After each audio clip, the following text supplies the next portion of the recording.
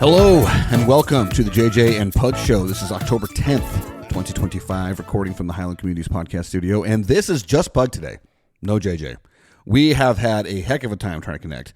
He is crazy busy, and, we don't want to be going too long without, our fans hearing our voices, at least one of our voices. And so I decided, I told JJ, I'm just going to release one. I'm going to put something out there just for me.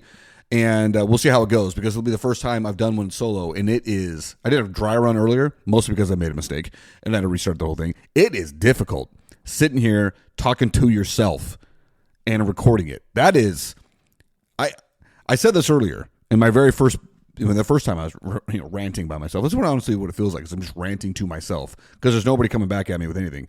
So I'll get to it in a little bit, but first I want to talk about this. This is the song for the today.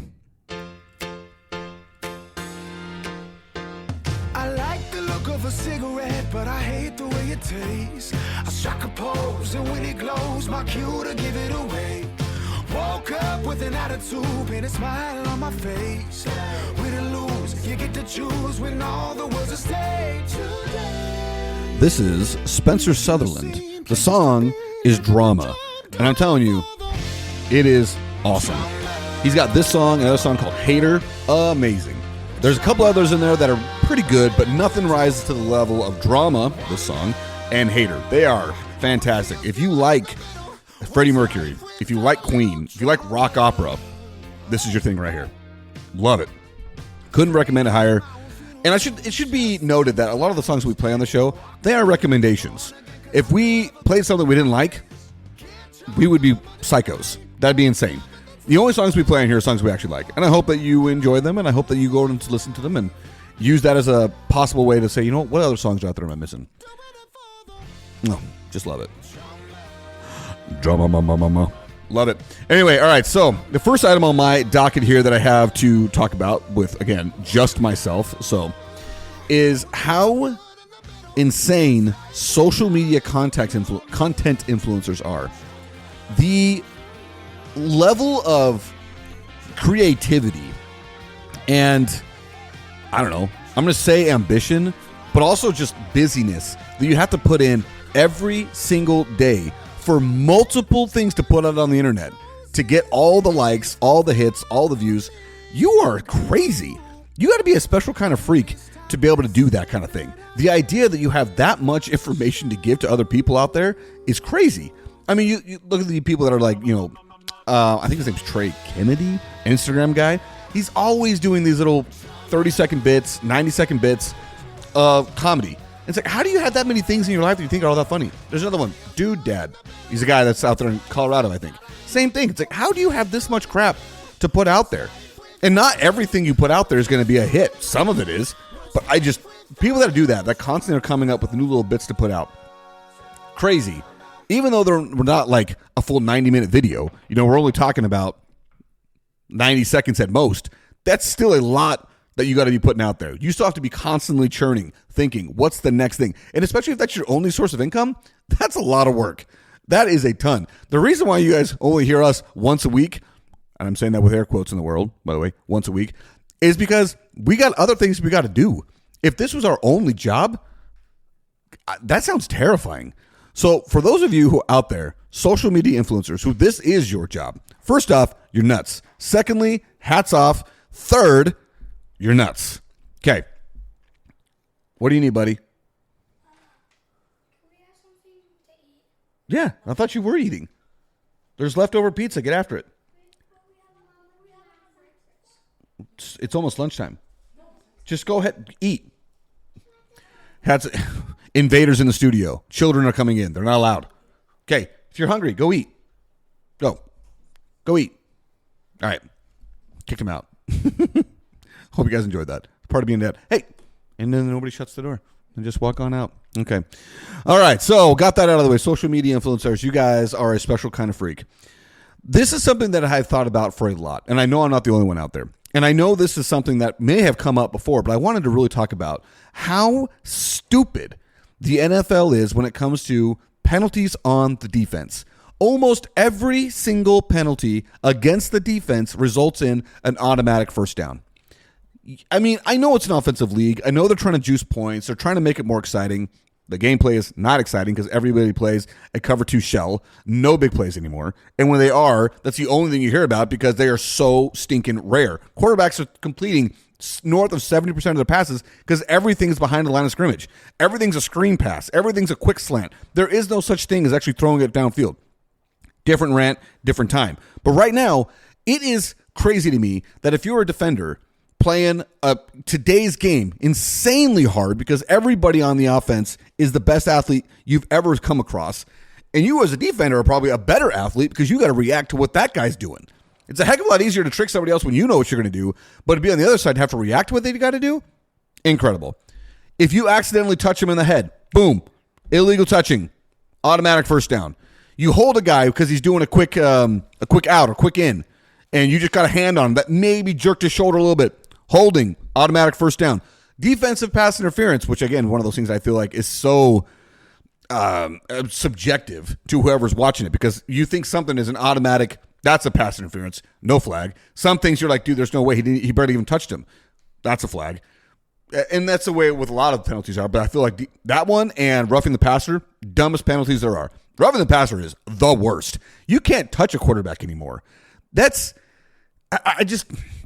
guys are getting flagged for sacking a quarterback. He sacked him. He took him to the ground, and he gets flagged for roughing the passer. If that quarterback doesn't want to get roughed, throw the ball. Okay? It's a slap in the face to every quarterback that played before 2010.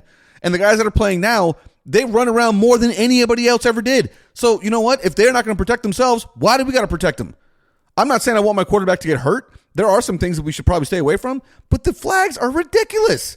Let a team actually have a defense.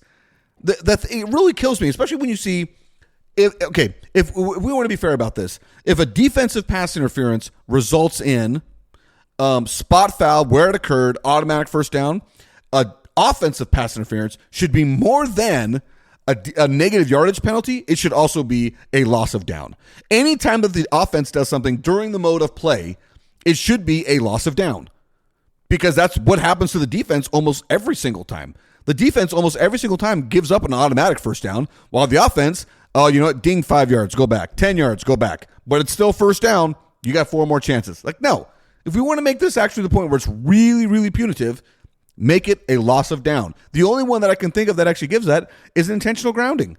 Intentional grounding is a loss of down, which to me is you want to talk about a stupid penalty.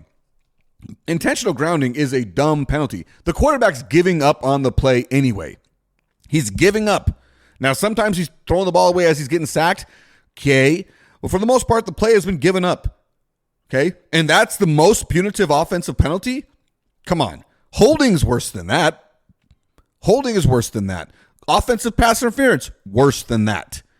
But I just think it's crazy. I loved back in the day having a team that you just knew the defense was going to be hardcore.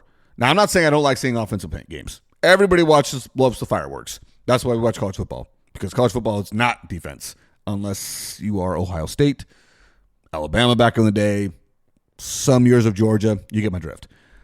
But today in the NFL, it's impossible to play defense. Anybody that actually makes a good defensive play, hats off to you, man, because the league doesn't want you to succeed. The league wants you to fail. They want points on the league. They want punts on the scoreboard, and they want quarterbacks to be the stars of the league. I'm not saying I don't like good quarterbacks. Everybody does. But I also really, really, really loved watching Greg Lloyd, middle linebacker for the Steelers back in the 90s. LaVon Kirkland after him. I mean, those are my guys. Brian Urlacher on the Bears. Just having a guy that you knew was the man on the defense. I mean, I could go on and on about great defensive players. And that's not to say there aren't good defensive players now. I'm just saying those guys that are doing it now, my hat goes off to even more because the league does not want you to succeed at all. Okay. That's my rant on that. This is going to be a quick show. I don't have a whole lot to say. The NFL right now is nuts. Let me talk about Sunday with the Cardinals. Never have I ever been more embarrassed by my football team. Never.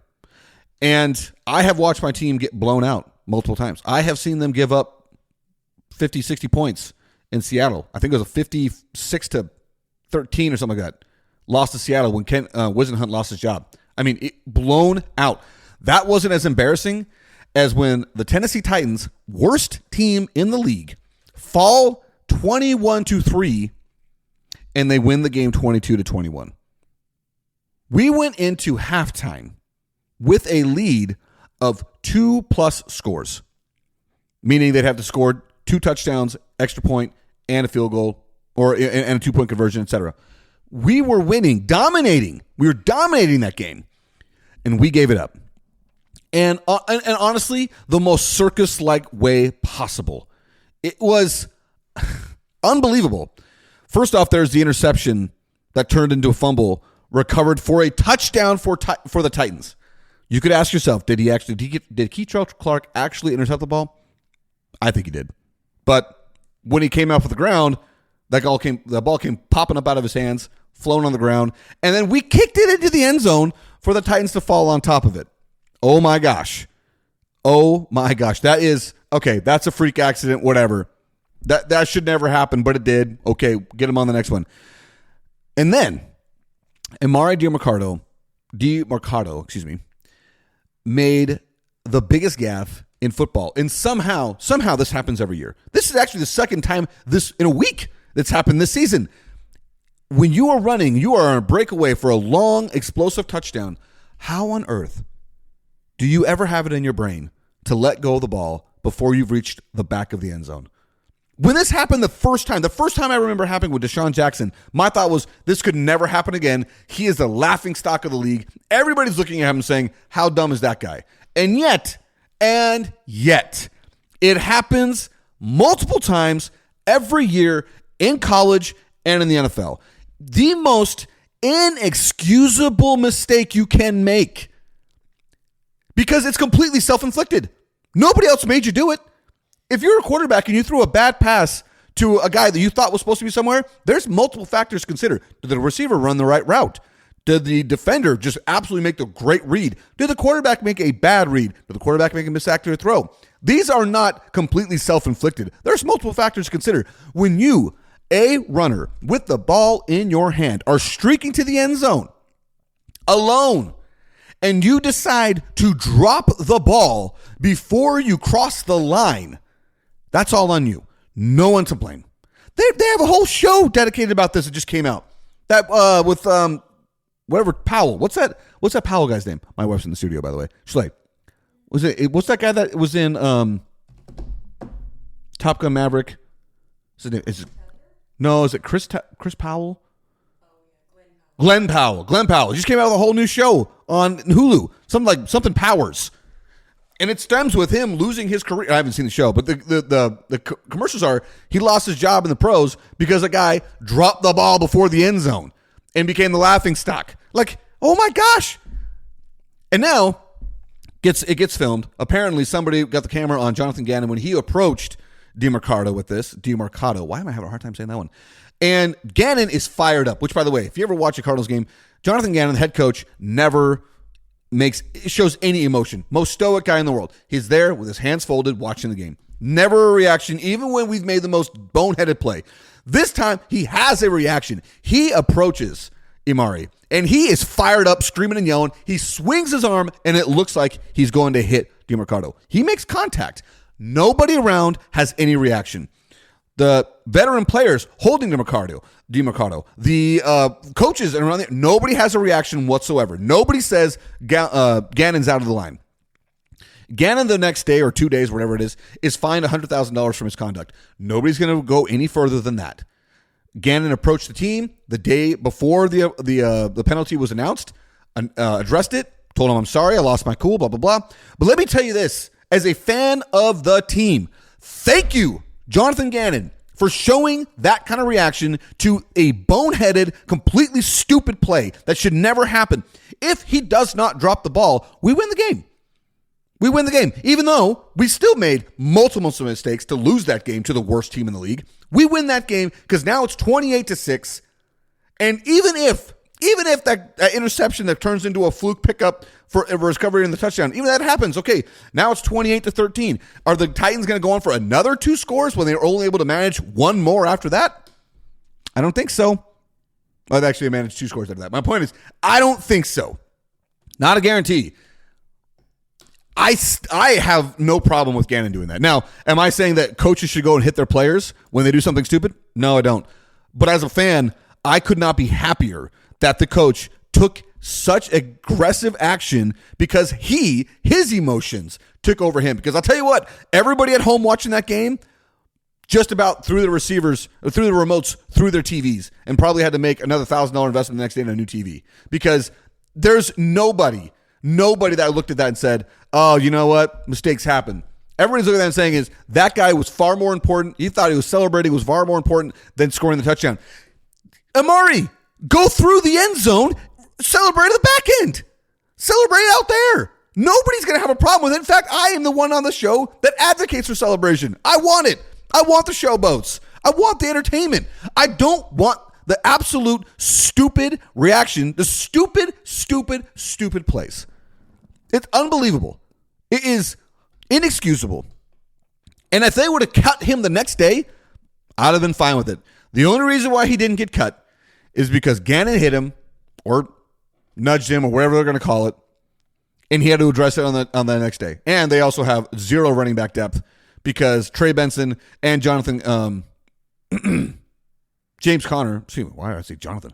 Oh, Jonathan Gannon. James Conner are both hurt and on the injured reserve list. Conner's not coming back. Benson's coming back in a couple of weeks, but they don't have any depth. And they already got guys up there from the practice squad. So, I mean, they don't have any depth. But I would have been fine. DeMarcado, you haven't done much. This is your third year in the league, and this is your first big run, and that's how you act? I don't care. Having said that, I don't care that he's on the team either because after that loss on Sunday, it's going to take a lot to have that team pull any of us back in as fans. I don't think any of us have been more ashamed and embarrassed by what product was put on the field. Even when we were winning 3 games a season, you could at least look at it and say, you know what, we just don't have the talent, we're working hard. Or excuse it some other way. That's not the case with this year's team. This year's team's got the talent. And the fact that they've been in every single game they've been in has been a 1-score game, and they played 3 of the worst teams in the league. Barely beat the Saints, barely beat the Panthers, lost to the Titans.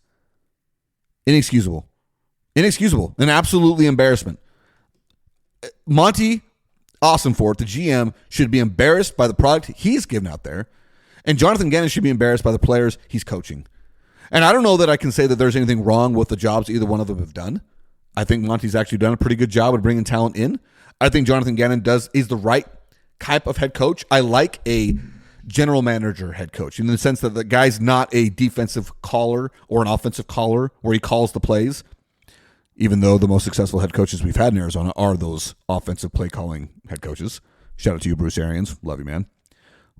But the idea that we have a coach that just generally makes sure the whole team is in one cohesive unit, I like that. The Dan Campbell's in Detroit. That guy's not calling plays, but the whole team is on the same page, and it's because of Dan Campbell. I like that. So I can't necessarily say that I think Jonathan Gannon is doing a bad job. I can say the offense sucks. I think a lot of that has to do with offensive play calling, offensive line not opening holes they should. I don't think that the running backs necessarily aren't hitting the right holes. I think that the play calling has not evolved since last year, and defenses have caught up to what they did last year in the running the ball. And I think Kyler Murray is an average quarterback with elite physical skills. If he was 6'3", he's Lamar Jackson, and everybody's going to give that guy the MVP. He's not. He's 5'10". Shout out to me, 5'10". And because of that, he can't see, or they say they can't see the whole field. I don't know. I'm just going to say maybe that's true. Maybe it's not. Sounds like it would be true, so give the benefit of the doubt. But he makes a lot of dumb choices. He makes, and strangely enough, also makes a lot of safe choices. So instead of actually, again, throwing the ball downfield all the time or stretching the field with good receivers or big-bodied receivers, at least we have big-bodied receivers. Michael Wilson's a big guy. Marvin Harrison Jr. is a big guy. Zay Jones is a big guy. Greg Dortch is not. He's a little guy, but he's the only one that, I could say, hey, throw that guy a screen. He might be able to hide behind the offensive line because he's 5'7". The offense is boring. It's boring. It's bad.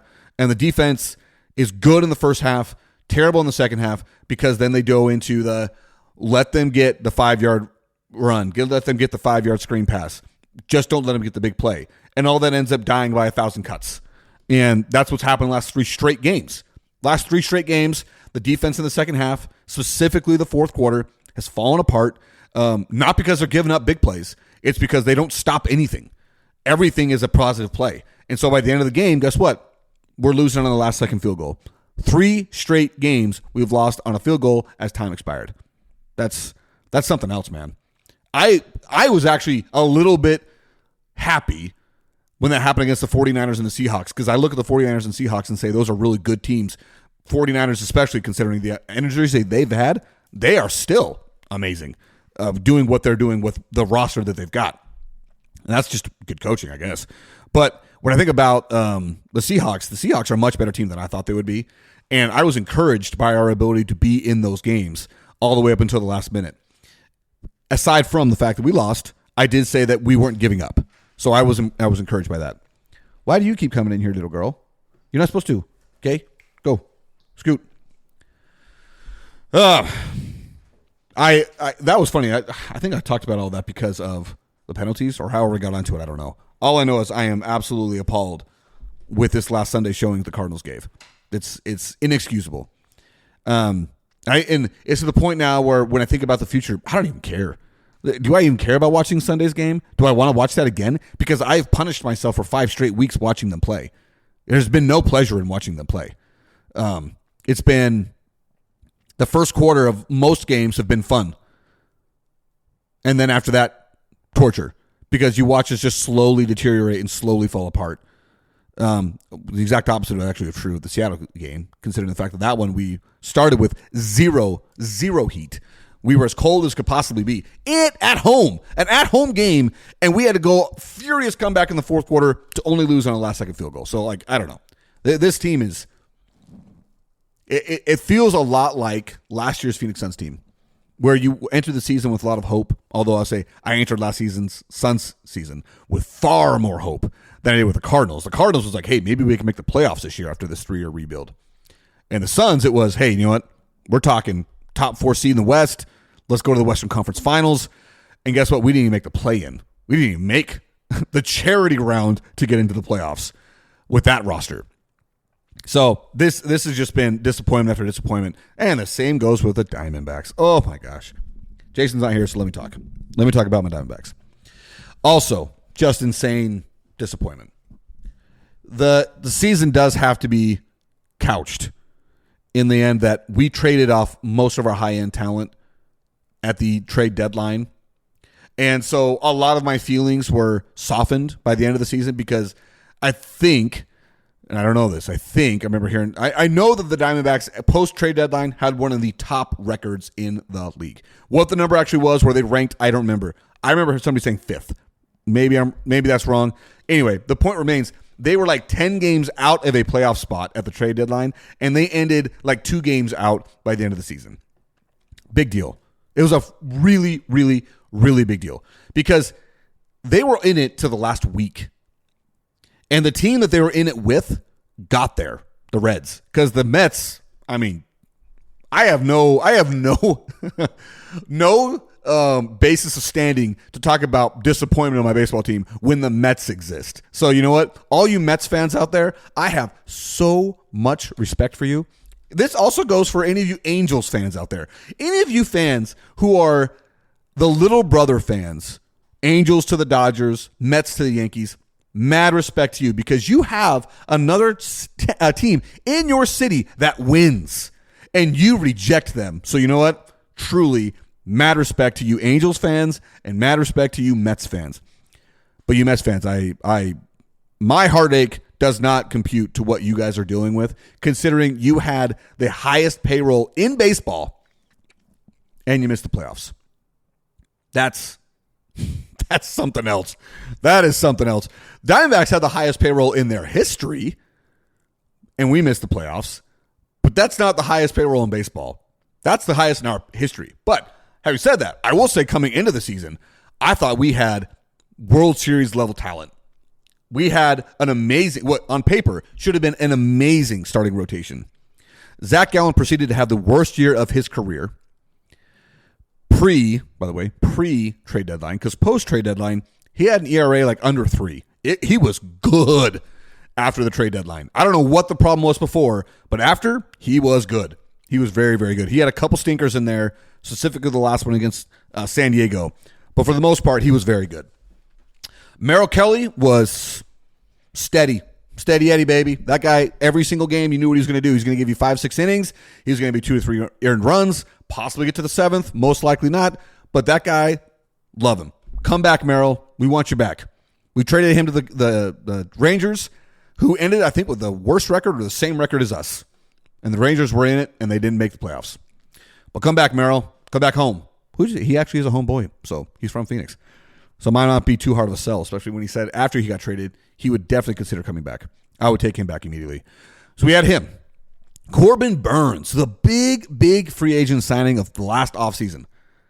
And he had to get Tommy John surgery after like 10 starts. Just another in the long line of massive injuries that the Diamondbacks had to deal with this last season. Not nagging injuries. Not like, oh, this guy pulled a hamstring. Oh, this guy's got a calf tear or a calf strain. Blah, blah. No. Every single one of the main bullpen arms that they were depending on to have a good season this year, Tommy John. J.J. Puck, gone. Justin Martinez, gone. And that doesn't include the guy that they also lost that were spending a ton of money on, Jordan Montgomery in spring training. UCL tear, gone. Tommy John. I think that the Diamondbacks had 6 guys this year that needed Tommy John, 3 of which were truly backbreaking in Puck, Martinez, and Burns. That was just incredibly brutal. Not having Jordan Montgomery, who knows? Who knows what's going to happen with that guy? I have no idea. The signing of him, the owner at the end of last season, the owner said that was the worst mistake he's ever made. Big money for a guy who did absolutely nothing and was terrible for us. Honestly, I can think of a lot of pitchers that was the story for. Picked him up, a lot of promise, awful. Just awful. But I can't think of anybody that was more promise with less deliver than Jordan Montgomery was for us. Not only did he suck his first season, I mean, he sucked. He didn't even play for us in the second season, and because he had a Tommy John. Towards UCL, we ended up trading him in a salary dump move with our best bullpen arm and Shelby Miller to the Brewers just to get off the contract, just to get off the remaining like $7 million. And, which, I don't know if we can count this, Shelby Miller ended up tearing his UCL in Milwaukee. He needs Tommy John. I don't know. Whatever pitchers are doing in baseball, you got to stop because this Tommy John crap is awful. I mean, the surgeons are making a killing. But the rest of us fans are dying from it, man. Like, you get this guy, Corbin Burns, namely, who you expect to be able to lift the franchise and say, all right, this is what we needed. We now have 3 elite pitchers in Burns, Gallen, and Kelly. We can go through any playoff series with those guys. Well, we ended with one of them because one got UCL tear, the other one got traded because we sucked. Oh, and don't even get me started on Eduardo Rodriguez. That guy, oh my gosh. Any time that he was pitching, I'm like, all right, just bank it. He's going to give up 6 runs in the second inning. And then he would go 7 innings with no runs. And then the next game, first inning, 2 runs. Third inning, now we're losing 9-0. I mean, that guy was so crazy inconsistent. And we're paying him big money. So, like, the amount of money we had tied up in our starting rotation was an incredible amount. And we looked at the season as like, this is going to be it. This is our year. We went to the World Series 2 years ago, barely missed the playoffs last year, even though we had I think a 6-game win improvement from the previous season. And we have the arms. We've got the starting rotation. We've got the bullpen. And we didn't even make the playoffs, and most of those guys are gone, either by injury or trade. Good for you, by the way, Eugenio Suarez. Eugenio. I used to try and get that chant going all the time in the Diamondbacks games. Eugenio. I was the only one ever doing it. I thought it was perfect. He's got the right syllables. It works. The guy hit like almost 40 home runs before the trade deadline. Got traded. I don't remember what he ended with, but it wasn't 50 home runs. So what he did in Seattle was not what he did for us. But he did hit a home run in that last Seattle series. So good for you, Eugenio. Don't care about you, Josh Naylor. I never really did. So don't wish anything negative on you, but I don't have anything positive either. When you got traded, I honestly did not care. One way or the other. Probably a good player, but that's for someone else to decide. All right. Last bit for me here. It is October, which means a couple things. One, the weather is finally changing. we are getting some crazy rain here. This weekend, we're supposed to be getting the remains of Hurricane Priscilla, and it is supposed to dump crazy amounts of rain here in the Phoenix area. I'd be happy to have it if it didn't mean that I was going to have so many freaking weeds and grasses to pull in areas that I've been trying to kill for years in my backyard. That aside, I will gladly sacrifice that for the rain that we need here in Phoenix because we've been in a mega drought for like 25 years. Absolutely need this. With the weather changing, that also means it is so nice outside. I know any of you who are listening to this outside of the Phoenix area, the idea that we would have a day that reaches 100 degrees, not exceeds, but reaches maybe 101 if we're saying exceeding. 101 is fine during the day. I have no problem with that because the promise is that night we're going to be in the low 70s and high 60s. And it is primo. Because during the day, it's warm enough for you to still go do those outdoor activities you want in the water. If you want to go swimming, you can go swimming. You want to go to the lake, go to the lake. If you want to go on a hike and get a sweat and get some tan, go for it. Because that night, you can sit back on the back porch and it is going to be perfect. It's going to be so nice. This weekend, we're actually looking at highs in the 80s and lows in the 50s. I don't know if I can handle that. I don't know if I can handle 50s in this early in the year. We're gonna be freezing. We're gonna be bundling up. That's a little bit of a joke, but not much of one. kind of a little bit true here. I guarantee you, at some point this weekend, my wife will be wearing a sweater. I know it's gonna happen. But also with that means basketball season starting up. The Suns just had a preseason game against the Nets in China, and before that, they played their preseason game against the Lakers. Which who cares? Preseason games don't mean anything. My point is, we are going to see this year whether or not this Suns team is better than last year's. And I'm only laughing because if you were to have gone on NBA 2K in the year 2024, when that one came out, and you'd have said, I'm going to put a roster together that includes Devin Booker, Kevin Durant, Bradley Beal, Ryan Dunn. Let's see, who else do I want to put on this? I'm just going to do a starting five here, okay? Will Nick Robertson start the season with us? But I'm going to say Nick Roberts anyway. Nick Roberts, and that's my five, okay? That's my five. And you would have said, I'm going to put a team together that is, instead of those five, it's going to be Bradley Beal. No. It's going to be Devin Booker. It's going to be come on, Malawach is not going to start, and whether or not, it's probably going to be Williams again. Probably going to have him start because I don't know that anybody's going to be healthy enough to start the other way around. Yeah, the new starter we got, and for whatever reason I'm blanking on his name, the guy we got from the Hornets for 2 first-round picks, Mark Williams. There you go. I don't think Mark Williams is going to be ready. I know that the reports are he will be, but if you look at his track record, the guy doesn't play 40 games in a season, so I'm not holding my breath on that one. Malawach is not going to be ready. At least he's not going to be ready to start. Okay, so we're saying we're going to say Devin Booker, and is Ryan Dunn going to start at the 4? He might. Ryan Dunn might be our starting power forward now. And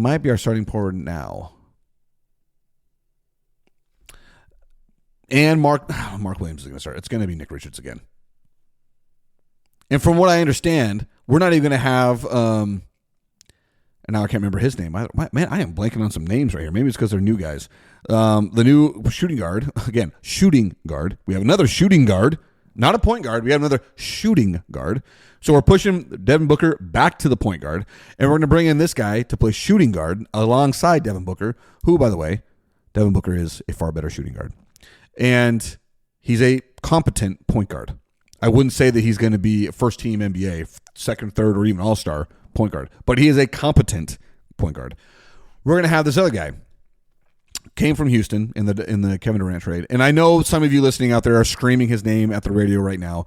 I know his name will come to me at some point. I don't have Jason here because normally I start spouting off facts about a person and then he's got my back and he tells me the person's name. Right now I don't have him. And if I try and look it up right now, you guys are going to hear nothing but a bunch of dead silence, which will be weird. So we're going to have him be playing the other point guard. But from what I hear, he's got a little bit of a hamstring strain. And if he's got a hamstring strain, guess what's going to happen? He's not going to be ready for the start of the season. How's that? Does that sound familiar? Does that sound like Bradley Beal to anybody else? The thing that's so frustrating about that is the fact that this guy that we traded for, again, his name is eluding me at the moment, had not missed a single game when he played for the Rockets. 3 seasons, didn't miss a single game. And yet we're already looking at the start of this new season without him.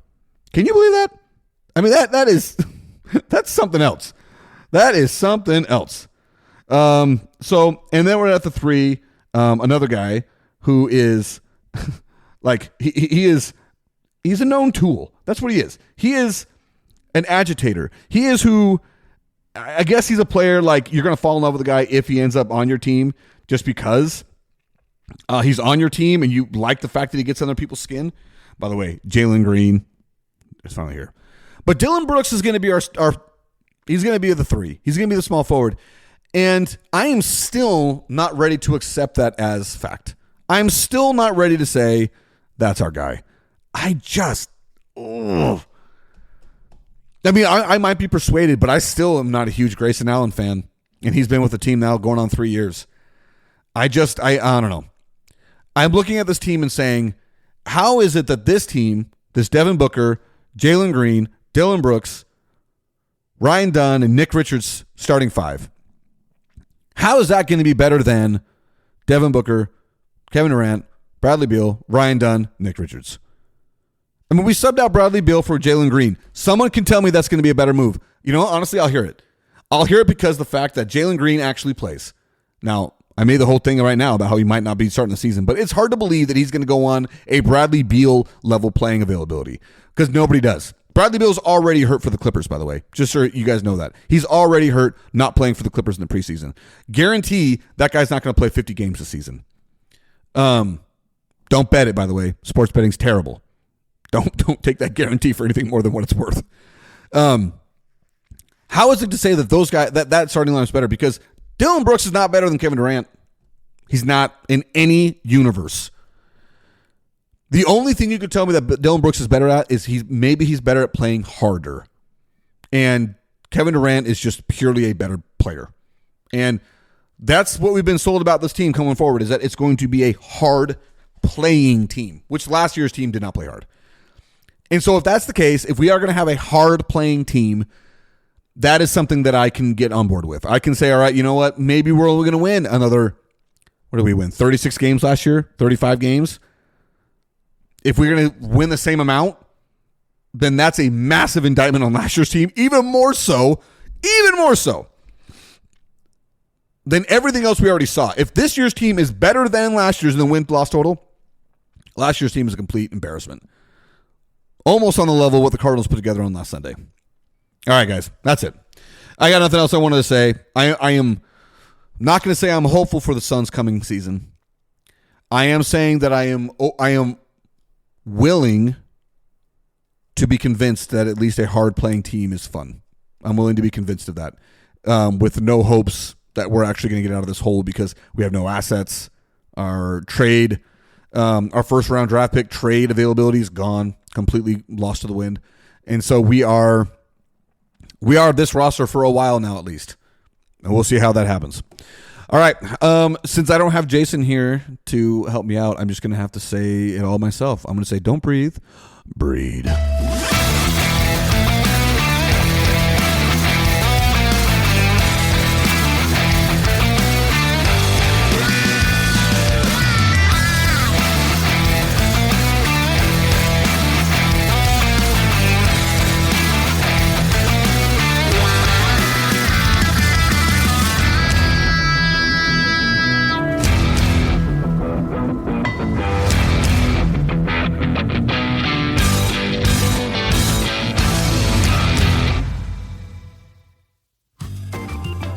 The JJ and Pug Show theme song was written, composed, and performed by Lane Hartman.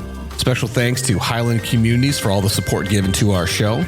You can find the JJ and Pug Show podcast wherever you do listen to podcasts. Look us up on Facebook, Instagram, and TikTok. Remember to share the show with your friends and family and subscribe wherever you do listen. If you're able to, please feel free to support us by sending a donation to us by going to co-fi.com/JJ ko-fi.com/the JJ and Pug Show. That is ko-fi.com/the JJ and Pug Show. Again, thank you so much to everybody for all the support, whether that is by simply listening, whether that is sharing it with a friend, or giving us that sweet, sweet cash. We truly appreciate it all. Thank you so much.